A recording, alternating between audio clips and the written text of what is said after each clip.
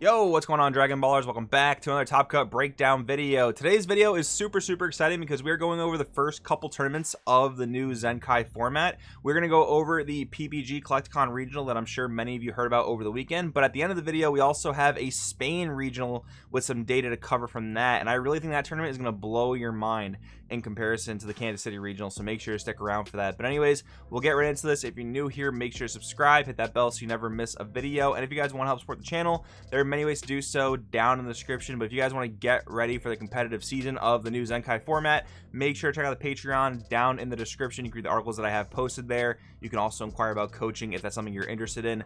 Anyways, let's jump right on into things. We have a roughly 40 player tournament, so not super huge. I'm not personally gonna take this data as gospel, but I think it is still a good place to kind of see where things may lead in this format. Of course, we're going to first place taking a look at SS3 Goku Reboot, and a lot of people have said that this format is going to be one of two things. It's going to be either red dominant or blue just kind of countering the red decks because of Dirty Burst. Here we have two Dirty Bursts in the main, we have the other two in the sideboard, and as far as I'm aware, this is a best of one main event with a best of three top cut, so that's where the side deck kind of came into play.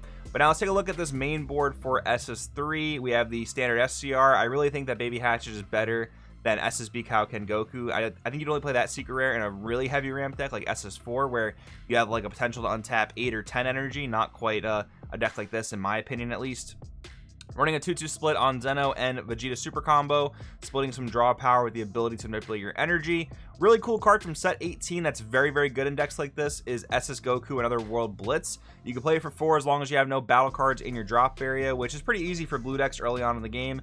This is technically playable on turn 3, and even if you have to combo a battle card early, you can just throw it in your Z energy, so it doesn't even hit the drop area. So it's kind of like another Boo Unison because it's going to untap an energy and itself for its huge blocker stat at the end of the turn. It's got potential to board wipe, but I'll be honest, in this deck, you're probably not board wiping much, especially when you do drop it exactly on turn 3. Maybe some later points in the game, if you've negated it and stuff, you'll be able to remove a few battle cards. And it's got the obvious huge triple strike attacking stat, which is really good, complemented by actual Boo Unison, so you'll be untapping even more energy. If you can get to a state where you have Boo and Another World Blitz on board, you're untapping what, 5 energy per turn? That seems pretty unfair. I mean, untapping 3 is already a little bit unfair, but that definitely seems very strong. Not unfair to where it needs to be addressed or anything, but I'm saying it's just a very powerful blue thing, and if you can get to this state in the game where you have Goku and Boo, you're going to be in a really good spot defensively. Now, as far as the rest of the main board goes, we have our typical beans, negates. God Slicing Black Kamehameha is a really cool one. I think I featured this in my Halo Goku deck.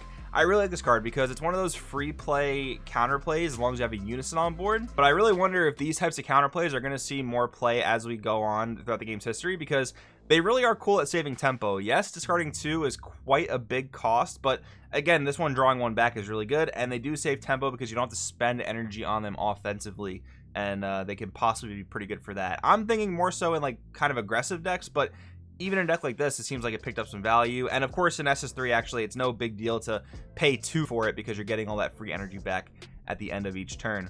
For the Z deck, 2 Vegito, 3 Cell makes perfect sense to me. 1 Mai. Looks like in the main board we only have 1 Future Trunks, but that's fine. The 3 Future Trunks is probably just enough for when Mai actually comes up, which is probably not super frequently. But what's really cool about this deck is now the introduction of SSB Vegeta, because it seems like SS3 Reboot doesn't quite have to play Awakening Talent Pan anymore, which they previously did have to play in order to make sure they would awaken without losing too many cards from hand.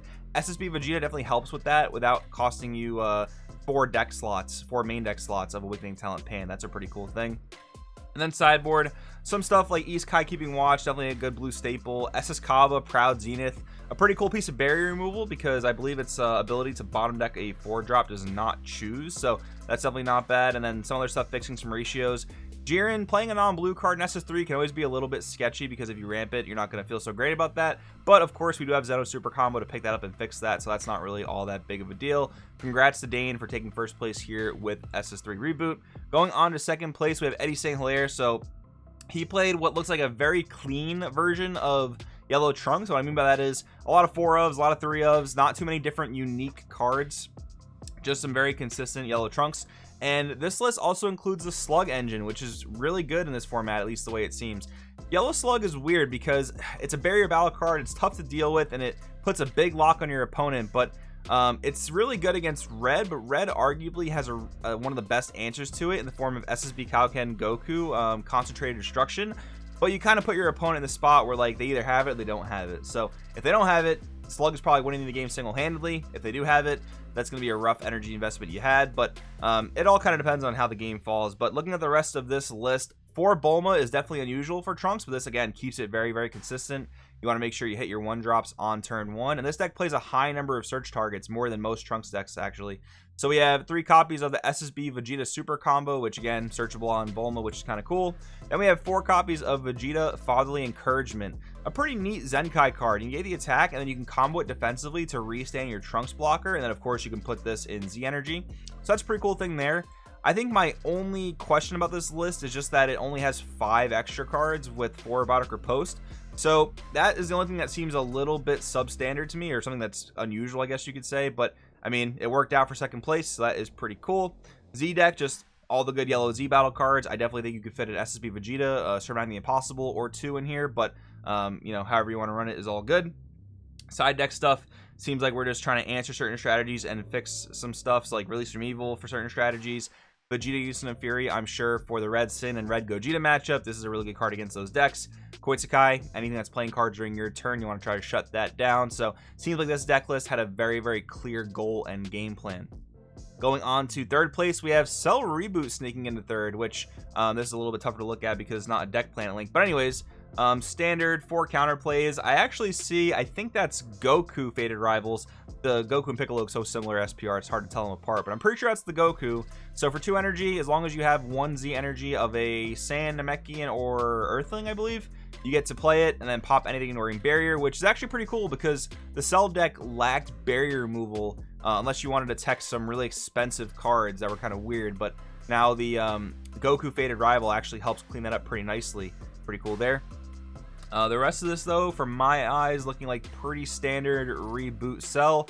Only 2 of the 8-drop is a little bit questionable for me, but again, like with red being so popular, it's probably not a card you're going into all that much, so maybe it doesn't make sense on the flip side. Going on to the next thing, we have Red Sin Shenron taking 4th, and there is a lot of Red Sin in this top 16. But let's take a look at the 4th place list as an example. So I couldn't get the 4th place list to load because Deck Planet was being just a little bit wacky, but here I think this is the 15th or 16th place Sin list, just as an example. We have all of our Sin main engine stuff. We have a few different unisons here. 1 copy of Sin Unison, 4 copies of SS4 Gogeta Powers Connection, which is kind of cool in this deck because you can free play your various 1-drops, and then Haze and Oceanus have activate mains that tribute themselves. So you don't really care that they're played in rest mode, they still get value pretty immediately. Another cool thing to notice about Sin, if you've never seen it before, is 4 copies of Beerus Motivated Destruction as your super combo. Sin does not really have much control over its life. You're pretty much at the mercy of your opponent attacking you or having X amount of cracked balls in your life. So Beerus is a super combo that will always draw a card and pretty much always be 10k power, no matter what life total you're at. So that's a pretty good one. And of course, you can always throw it to Z Energy, which is pretty good. 1 copy of the GT Trio. You can always tuck it under a Unison, play it for board wipe if you need it.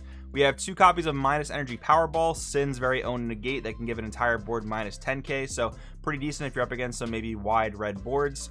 And as for the rest of it, looks pretty standard to me. I did want to take a quick look at the red-blue Sin list, and yes, this is sideways, so it's kind of tough to look at, but immediate notable things you can see, we have 4 copies of Cooler Tyrannical Blow, so it seems like this is an arrival-based strategy, and we even have 4 copies of Beerus Super Combo, so we're looking to untap those blue-reds. We have 4 copies of the Mecha Frieza Checkland, so we're looking to really charge blue-red early, it seems. Looks like here there are 12 blue-reds, if I'm counting quickly and correctly, so you probably don't want to charge Super Combo turn 1, but if you can see any of the other 8 blue-reds, that's probably pretty ideal. And what's really cool too in the sideboard, we have Dirty Burst. So that's one of the big reasons to play blue in this build, it seems like, at least. We also have 2 copies of Shu, which I believe is a 1-drop counterplay that can stop the play of a 5k battle card or less. That's a pretty interesting tech, I know, against like yellow Trunks. It does kind of require you to go first to have the counterplay available before they're able to play the 1-drop, but I do wonder if this was meant for any other particular matchups. I think this will also stop Oceanus Floodgate as well, because it stops the play of a 5k, and Oceanus, I'm pretty sure, is 5k power, so that's a pretty interesting one there. Let's go back into the list of topping decks. Let's just count Red Sin real quick. We have 1, 2, we have 3, that's the blue red, 4, we have 5, we have 6. We have 6 in this top 16 if I'm counting correctly and quickly. So Sin is taking up most of this top 16. Let's take a look for SS4 Gogeta though. If I'm looking here, I see 1 listed. Do I see a second one? I don't even think. Okay, I think I see 2 SS4 Gogetas. So comparatively, we have 2 SS4 Gogetas and 6 Sin Shenrons, which I think a lot of people would have pegged to have flip-flop, but I've even seen a lot of people say that Red Sin is better than SS4 Gogeta. So I'm going to leave that up to your guys' opinion. And again, when I go over the Spain regional, that'll be some really interesting data. But let's take a quick look at this list. So we have the SS4 Vegito SCR. In my opinion, the best SCR you could play in this deck. If you don't have it because it's new, there are other SCRs you can play. SSB Vegeta is a fine SCR if that's all you have, but I think since your main play in this deck is a 4 energy play in and of itself, and you can do so much with your energy from the Z deck and stuff, I think having a free SCR like SS4 Vegito is really, really strong. 4 of the Unison, of course. Looks like we're mainly playing 4 of all our other Gokus and Vegetas, which makes sense. 3 copies of Triumphant Together, 2 copies of Imposing Presence Tech in the main, 3 copies of Testing the Ops for your negates. Violent Rays looks like it's relegated to the sideboard, which, I mean, again, the main event was best of 1 pre-side, so not really too big of a deal there. This list is actually playing a lot of 1-drops, though. We have 4 copies of the Goku GT from the Ultimate Squad GT deck. We have 3 copies of Russian Warrior Pan, and we even have 1 copy of Pint-Sized Warrior Goku. Lots and lots of searchability in this deck for all your different Saiyans and all your different Gokus, so that makes sense to me. Going back to the list of decks, though, we have, I think, 2 Gammas in this top 16. We have a Skillless Gohan. We'll click on that one and see what it looks like real quick. Going into Skillless Gohan, the Z deck is pretty even with 3 of the Awakened Onslaught, I believe it's called, Goku. Pitch an extra card, draw a card, it gains critical. We have 1 Vegito and 3 Cell. From my experience, man, Cell is such a beast of a blue Z battle card. I do wonder how this deck does with generating Z energy in general, because obviously it's an older leader that wasn't completely made to create Z energy, but you probably have a lot of like cantrippy type cards that can help generate Z energy, from what I would guess. Going back into the list of topping decks, there's even a King Cold. Let's see what that looks like real quick. And I should have mentioned earlier, but of course, the link to these deck lists will be in the description of the video, so feel free to check it out. We have all of our field cards, of course. We have our King Vegeta Unison that plays the field cards. Berry Blue, super important card in the deck.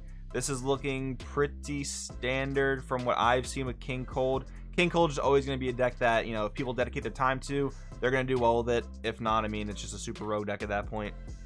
Anything else we want to look at from this particular top 16?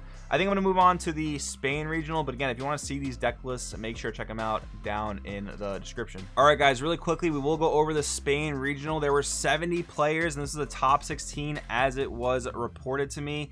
We have 10 SS4 Gogeta out of this top 16. Can you believe that number? That is such a high percentage of the top cut. It is absolutely insane. Followed by 3 Red Sin, 2 Gamma, and 1 Yellow Piccolo. Not 100% sure if it was like set 14 Yellow Piccolo or if it was Yellow Piccolo Superhero. I'm gonna almost certainly assume it was the Namekian Searching Piccolo, the set 14 Piccolo, if I'm getting the set correct. But yeah, this top 16 is so heavily focused in red, and obviously in SS4 Gogeta, it pretty much completely flip-flops what we saw at the Kansas City regional. Now, this was a bigger player event, slightly better sample size. Does this necessarily mean that SS4 Gogeta is tier 0 or in any way immediately better than Red Sin? I'll leave that up to you to decide. I will say that this Spain regional is more what I expected for the first weekend of Zenkai format as opposed to Kansas City. But again, I mean, time's going to tell how these things go on. One thing's for sure, though, whether you think SS4 Gogeta or Sin are better, red is looking really, really strong at the beginning of Z format, and it's looking pretty crazy. But anyways, guys, that's going to cover the info for today's video. I hope to see your comments down in the description. Let me know what you think. Thanks for watching. I'll see you in the next one.